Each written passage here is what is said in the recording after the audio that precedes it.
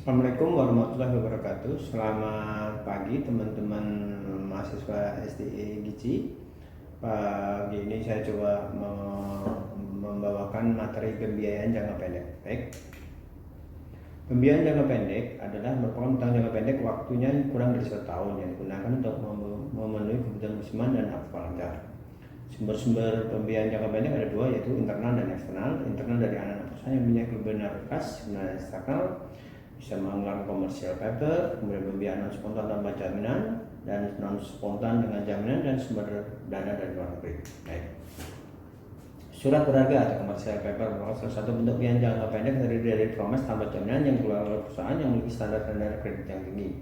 Umumnya hanya perusahaan besar saja dengan kondisi keuangan yang reputasi baik yang dapat menerbitkan komersial paper. Keuntungan menggunakan komersial paper yaitu rendahnya tingkat bunga CP dibandingkan tingkat bunga pinjaman bank. Tidak diperlukan adanya ampunan khusus untuk CP yang diberikan perusahaan terbit. Dan komersial paper mendatangkan sejumlah besar dana jangka pendek dalam tiap penerbitannya. Terbatasnya komersial paper yaitu masih ada kemudian komersial paper tidak laku dijual, sedangkan pinjaman bank sudah pasti akan diterima pada periode tertentu.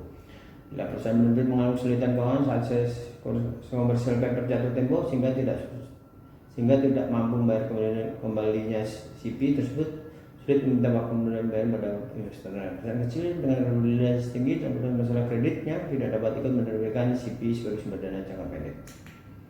Kemudian pembiayaan jangka pendek non spontan tanpa jaminan. Dua pembiayaan ini, dua macam pembiayaan ada kredit bank jangka pendek dengan surat berharga atau komersial paper CP. Perusahaan meminjam dana dari kredit bank jangka pendek hasilnya melunasi hutangnya paling lambat 1 tahun. CP adalah sekuritas jangka pendek yang mudah diperjualbelikan melalui pasar sekunder. Perusahaan penerbit CP adalah peminjam dana sehingga kewajiban memberikan bunga kepada pemegangnya.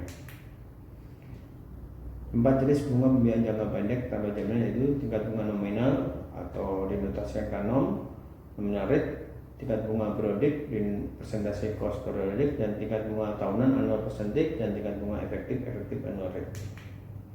Pembiayaan jangka panjang non spontan dengan jaminan. Sumber pembiayaan berasal dari utang jangka panjang non spontan dengan jaminan terdiri di atas pembiayaan piutang usaha, pembiayaan persediaan. Melalui pembiayaan ini pinjam debitur memperoleh dana jangka pendek dari pembiayaan pinjaman kreditor dengan cara menjaminkan piutang usaha dan persediaannya. Pembiayaan piutang usaha. Pembiayaan piutang usaha dan dibedakan menjadi penjaminan piutang, pledging receivable, dan anjak piutang atau penjualan piutang atau factoring. Penjaminan piutang. Dengan penjaminan piutang, pihak kreditor berhak untuk menarik piutang dari pelanggan debitur. Namun bila mana pelanggan dan debitur tidak melunasi utangnya, kreditor masih berhak untuk menarik piutang kepada debitur. Hak kreditor untuk menarik kepada debitur disebut resource. Anjak piutang. 3 fungsi pokok perusahaan anjak piutang adalah pemeriksaan kelayakan kredit, pemberian kredit, dan penanggungan risiko. Pembiayaan persediaan. 3 macam metode pembiayaan persediaan. 1. Inventory blanket loan. Debitur mengadakan persediaan kepada kreditor sekalipun demikian pengelolaan persediaan masih berada di pihak debitur yang menginginkan persediaan tergada itu menjadi terkurang tanpa sepengetahuan kreditor. Kemudian penerimaan amanat atau trust receipt. Debitur menjamin persediaan kepada sebuah perwalian, pihak ketiga kemudian bukti penerimanya kemudian diserahkan kepada kreditor. Atau warehouse receipt.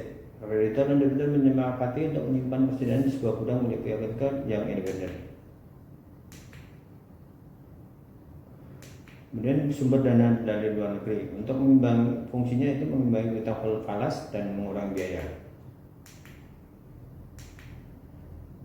Suku bunga pembiayaan efektif yaitu pembiayaan cost of financing atau bagi perusahaan itu tergantung pada suku bunga yang dikenakan oleh bank menjadi kredit dan pergerakan valuta asing yang mendominasi kredit sepanjang periode kredit. Menentukan suku bunga pembiayaan efektif yaitu suku bunga pembiayaan asing yang efektif yang negatif menjadikan bahwa jumlah dolar yang dikeluarkan untuk melunasi kredit secara total ternyata lebih rendah daripada jumlah dolar yang dipinjam. Setiap kali falas yang dipinjam melalui depresiasi akan membuat suku bunga pembiayaan efektif lebih rendah daripada suku bunga kredit resmi. Suku bunga biasanya menjadi negatif jika falas dipinjam melalui depresiasi terlalu jauh. Jika falas yang dipinjam melalui depresiasi maka menyebabkan biaya efektif menjadi lebih tinggi. Kriteria yang harus dipertimbangkan dalam memilih sumber dana internasional yaitu paritas suku bunga, kurs forward sebagai kurs peramal, ramalan nilai tukar.